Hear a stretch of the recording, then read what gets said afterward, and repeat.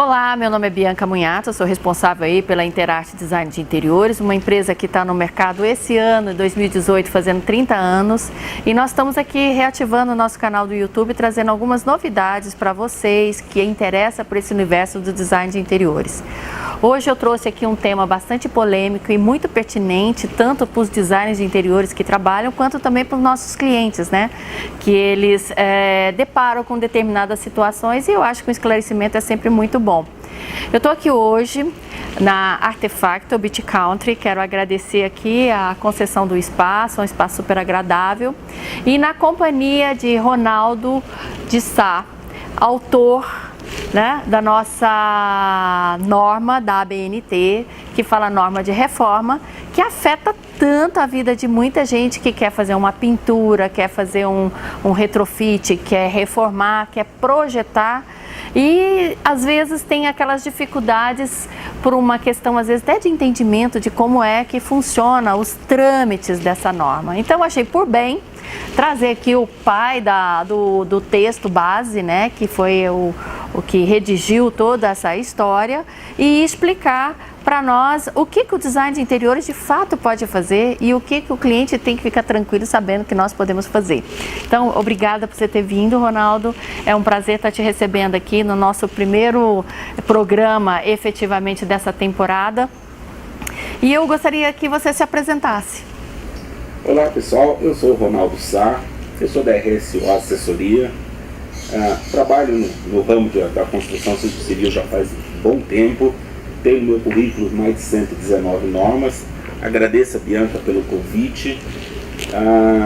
Vamos falar sobre a norma de reforma e trazer algumas informações que podem contribuir com você, que é design de interior e está buscando informações até onde vai a tua atribuição, de modo a não gerar conflito nos condomínios. O objetivo desse nosso primeiro programa é realmente elucidar algumas dúvidas, né, que surgiram logo que essa norma 16.280, que diz respeito à reforma em condomínios, foi lançada, e a mídia caiu de um jeito, assim, com a informação, né, Ronaldo, de uma forma muito bruta, muito simplória, prejudicando muitas pessoas. Então, nesse primeiro programa que nós estamos fazendo em homenagem aos 30 anos da Interarte, nós vamos abordar esse tema que foi tão polêmica e que assim que saiu no mercado, que foi divulgada essa norma 16.280, caiu de uma forma assim avassaladora, né? Dizendo que para pintar uma parede você precisava de recolher uma guia num determinado concelho, porque era proibido entrar para fazer uma pintura.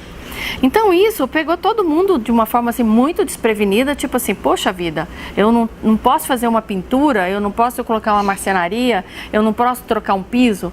E isso bateu de uma forma muito errada, né? Que hoje, entendendo melhor, mas mesmo assim ainda tendo muitas dúvidas, eu gostaria que você esclarecesse isso. Como que é exatamente, por exemplo, o design de interiores, que hoje ele é legalizado, né? Ele possui uma lei onde ele pode, ele projeta, ele pode trocar os revestimentos, ele faz o conforto lumínico, o acústico e tudo mais. Como que você vê isso? Você como sendo hoje vamos falar aí, especialista no assunto, né? Você praticamente redigiu toda a base dessa história, né? Diz para nós. Bom, para isso nós precisamos nos remeter ao conceito da norma, que isso é uma coisa que está intrínseca. E a coisa funciona da seguinte maneira: não foi a norma que criou uma exigência que para se fazer uma alteração estrutural ou uma alteração nos sistemas houvesse necessidade de um responsável técnico. Isso os conceitos sempre exigiram. Certo, então perfeito. A norma ela não impactou diretamente nisso. A profissão do design do interior, ela complementa para gerar conforto e melhoria no aspecto da área do seu cliente. Então, personalização, né? Personalização da área. Uhum.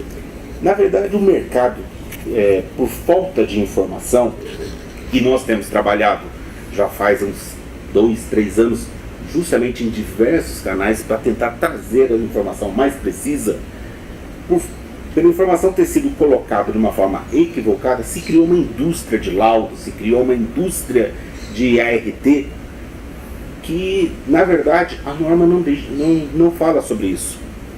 Para você que ficou curioso, eu lanço um desafio. Entra no Google e digita laudo reforma. Você vai observar 2, 3 páginas do Google, mais de 50, 60, 70 empresas vendendo laudo de reforma por R$200. Que virou uma indústria. Que virou uma indústria. A norma não preconiza isso. O que a norma preconiza? Para se fazer uma reforma, aonde haja uma mudança estrutural ou uma mudança na elétrica, na hidráulica, no gás, ou o uso de um martelete, aí sim eu preciso de um profissional habilitado. E esse profissional habilitado deverá desempenhar a sua função de engenharia ou de arquitetura no quê? No impacto naquele sistema e recolher a sua responsabilidade desse projeto. Perfeito. Infelizmente, eu que tenho trabalhado pela RSO Assessoria, prestando assessoramento a diversos síndicos e administradoras, no fundo o que a gente percebe é o seguinte: mesmo profissionais habilitados, muitas vezes eles nos enviam documentos falando que fez e não fez. E não fez. Aí você fala, Ronaldo, como você pode atestar que a pessoa não fez? Eu vou deixar para as pessoas pensarem, eu acho que é a forma mais eficiente. Se eu chego para um engenheiro ou para um arquiteto e falo que para ele retirar a parede se faz necessário um estudo do impacto de tudo isso, e essa pessoa em 10 minutos me manda uma RT preenchida, olha, eu como um profissional não conseguiria fazer a análise que o cara diz que fez num período tão rápido. Mesmo porque muitas vezes ele nem solicitou a documentação necessária. Então se inventou uma indústria de se vender. Fazendo um parêntese, é muito curioso que muitas reformas dão início nos condomínios através de uma RT ou uma RT, mas sem entrar devidamente catalogado com o projeto, com o plano de reforma, com todos os procedimentos corretos. Ou seja, simplesmente emite uma guia para começar a fazer a reforma sem necessariamente ter um projeto distinto, como tem que ser, né? Sim, o trabalho que a gente faz é justamente prestar o assessoramento do síndico de olhar essa documentação. E assim, com a experiência que a gente tem, falando em números, eu já fiz mais de 600 análises nos últimos 3 anos, é muito normal, o síndico recebe a documentação e me encaminha alguns. Quando essa documentação chega, para o síndico, teoricamente, ele achou que estava tudo certo.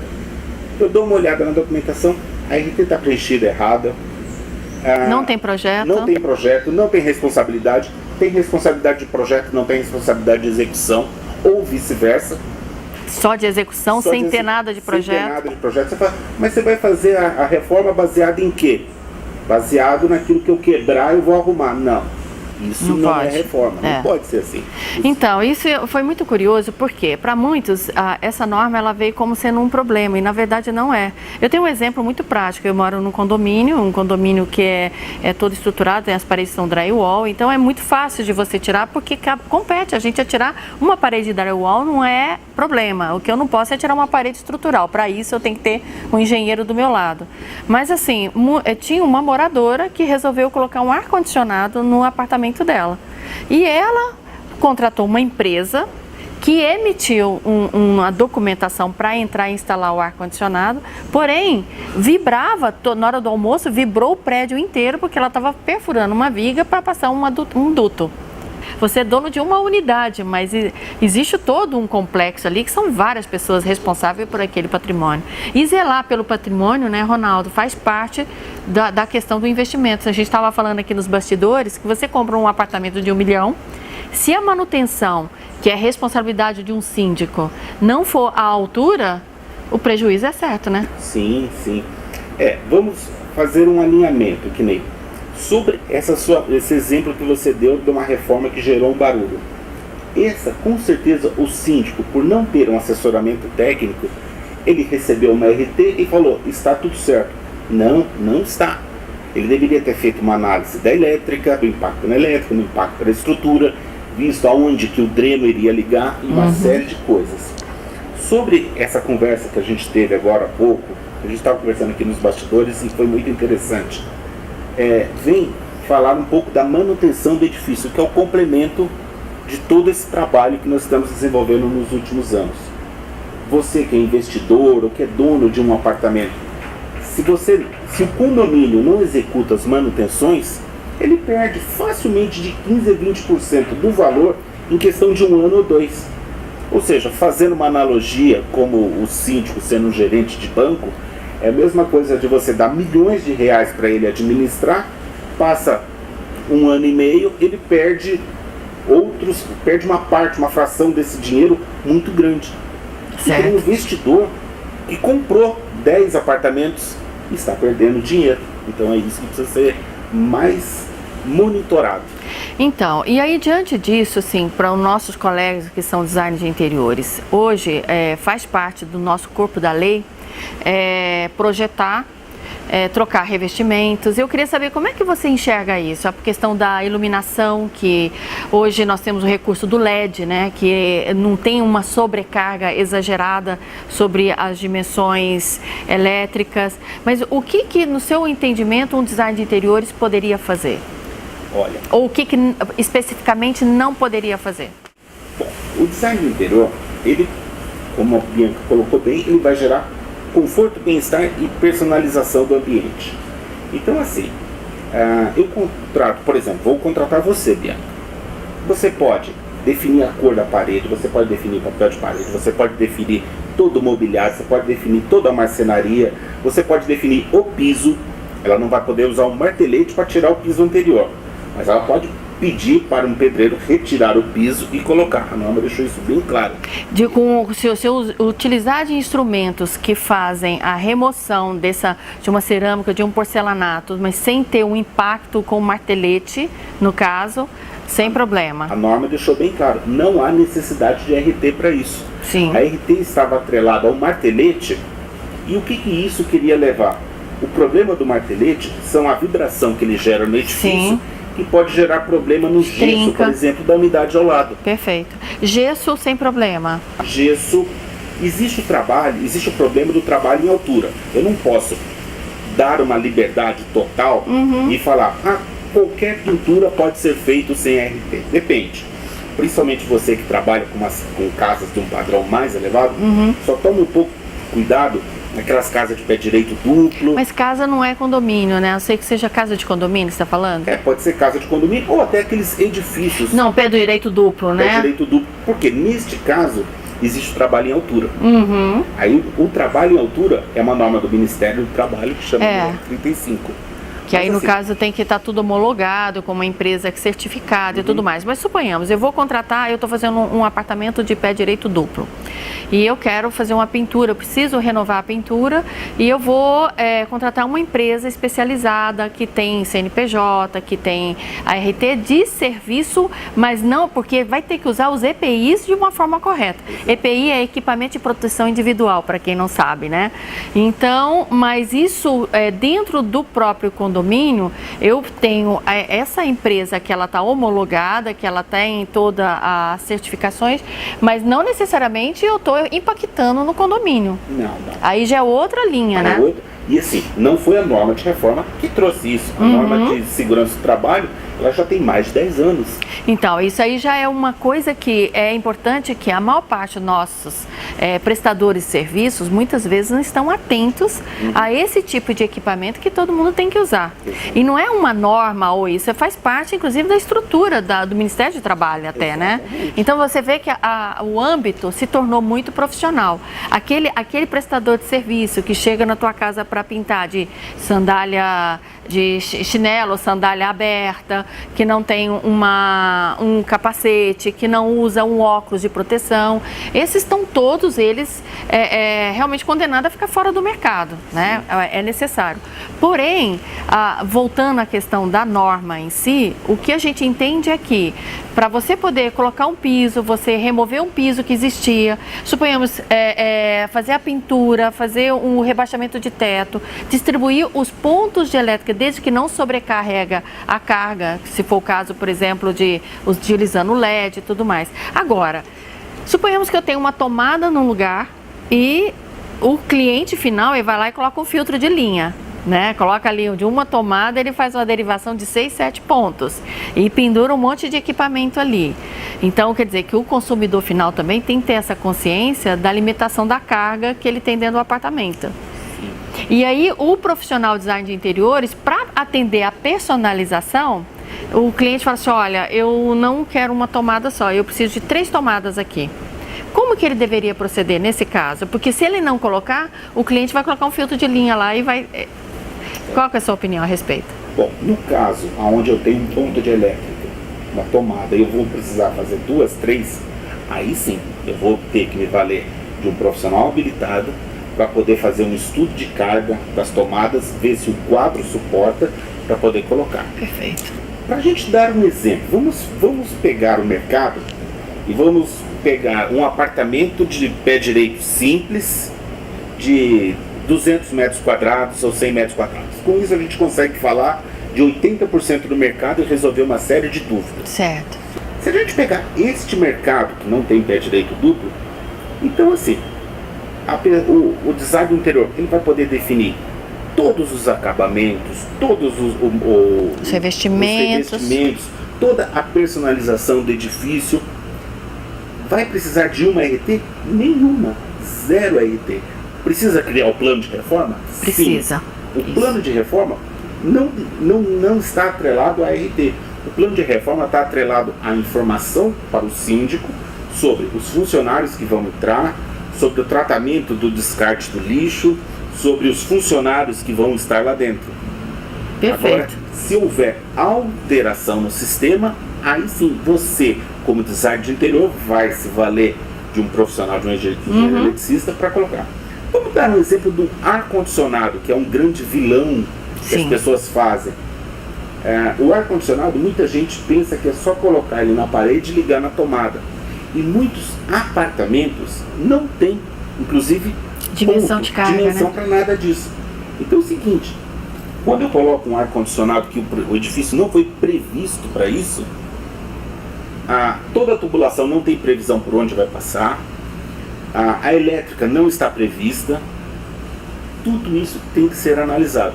Mas o design de interior, ele não define o ar-condicionado, ele se vale de um profissional que vai assessorá-lo e se responsabilizar tecnicamente por essas análises. Perfeito. Então, eu achei muito, muito pertinente, inclusive quando você falou sobre o manual o plano de reforma, né? Porque é fundamental nós profissionais atrelar o nosso projeto técnico, né, ao plano de reforma para oferecer segurança ao condomínio, à própria administração e também ao cliente, porque o cliente precisa de saber o começo, meio e fim, o que é que vai ser desenvolvido, porque isso também faz parte de um projeto. E atenção, design de interiores, a gente não trabalha com perspectiva 3D. Quando a gente fala de projeto, não é perspectiva 3D. Perspectiva 3D, qualquer um hoje vai ali, monta um ambiente bonitinho, cenário, né? Agora, homologar que aquele ali funciona e que dá certo, tá longe de perspectiva 3D. Isso não é projeto, concorda comigo? A perspectiva 3D é o modo que você vende a ideia que você tem. A ideia, isso é uma ideia. Agora, um projeto técnico, ele é todo descrito, inclusive atrelamos aí uma outra norma, que é a 15.575, norma de desempenho, porque se você vai colocar um piso, um porcelanato num determinado local, ele tem que atender uma demanda que é peculiar ao desempenho que esse produto vai ter naquele local, né, Ronaldo? Exatamente. Que a gente também trabalha sobre esse outro item, né, que é essa norma que está aí. Então, é muito curioso entender o seguinte, que diante desse cenário todo, quem ganha é o consumidor final. Porque ele tem condições de exigir por parte do profissional que tenha essa documentação, esse projeto técnico, que façam um plano de reforma dentro do que está planejado, dá entrada junto à administração. A administração, se está dentro daqueles critérios que a gente conversou, não está alterando a estrutura, não está mexendo no sistema, né, que nós estamos falando de sistema hidráulico e elétrico, né? Você não tem que submeter a nada de recolher RRT e nem ART, perfeito? Então, nós temos que dizer o seguinte, não à indústria de emissão de laudos, né, que é uma distorção que o mercado tem aí, então a gente está aqui para combater isso. Hoje a gente tenta, além da segurança, trazer a valorização do empreendimento. Imagina se você tem um imóvel e uma reforma mal executada numa unidade interior pode gerar um problema. Que nem a norma mesmo nasceu por causa daqueles acidentes que aconteceram no Rio de Janeiro. Isso. Ou seja, se você tinha um patrimônio de X, quando o prédio cai, seu patrimônio virou 0. Verdade. Se acontecer qualquer problema no sistema do edifício, ele gera passivos, e passivos geram desvalorização. Eu também gostaria de convidá-los a acessar um portal do qual eu sou diretor, chama Condomínio em Ordem. Isso mesmo. Esse portal, ele nasceu justamente dessa lacuna do mercado pela falta de informação técnica. E lá nós deixamos um e-book para você, do qual você vai poder ter acesso a tudo aquilo, o que precisa de RT, o que não precisa de RT, o desenho de um plano de reforma, as etapas, tudo isso está muito bem detalhado. Eu que sou o autor do texto base da norma, peguei o texto e falei, isso aqui ainda não está claro, o mercado não entendeu bem. Então nesse book nós colocamos essa informação. Maravilha isso, muito bom, muito bom. A Condomínio em Ordem, ela nasceu para tampar essa lacuna. E eu agradeço muito o convite de poder ter participado aqui, poder falar com vocês. Respeito muito a profissão de design de interior, apesar que no começo as pessoas falaram que a norma nasceu para destruir a profissão. Não, ela simplesmente veio para balizar os bons profissionais daqueles que só veio para atrapalhar o mercado. Se você é um designer de interior consciente, estudado, que fez tudo aquilo do qual você precisa até para estar atendendo a lei, você pode ter a sua função. Eu respeito demais e vejo aquilo, o diferencial que pode causar numa grande reforma, num apartamento. E assim, você, por exemplo, você contrata um profissional com uma grande capacidade, ele é capaz de mudar seu apartamento inteiro sem a necessidade de uma RT. E tudo isso nasceu da falta de conhecimento, seja do gestor, seja do mercado, que se criou uma indústria do laudo e um fantasma. E alguns síndicos, do qual não tem essa informação, pedem documentação para tudo. E não é isso que a norma preconiza. A norma preconiza que, em havendo qualquer alteração que vá gerar risco, precisa de um responsável. Perfeito. Gente, nós vamos encerrar então esse programa de hoje. Se vocês quiserem mandar dúvidas, as suas perguntas, mais dúvidas, a gente pode ter um outro módulo, né? A gente vai aprofundar depois mais um pouco, que é um assunto que a gente gosta muito, porque mostra a nossa responsabilidade, e tanto com relação à profissão, mas quanto a oferecer também o melhor serviço para os nossos clientes, né? E eu vou ficando por aqui. Espero que vocês tenham gostado desse nosso primeiro programa, e vem mais pela frente aí. Então, até breve. Obrigada, Ronaldo. Obrigada por tudo. Obrigada, Artefato Beauty Country. E a gente acompanha a gente aí, Interarte 30 anos no mercado.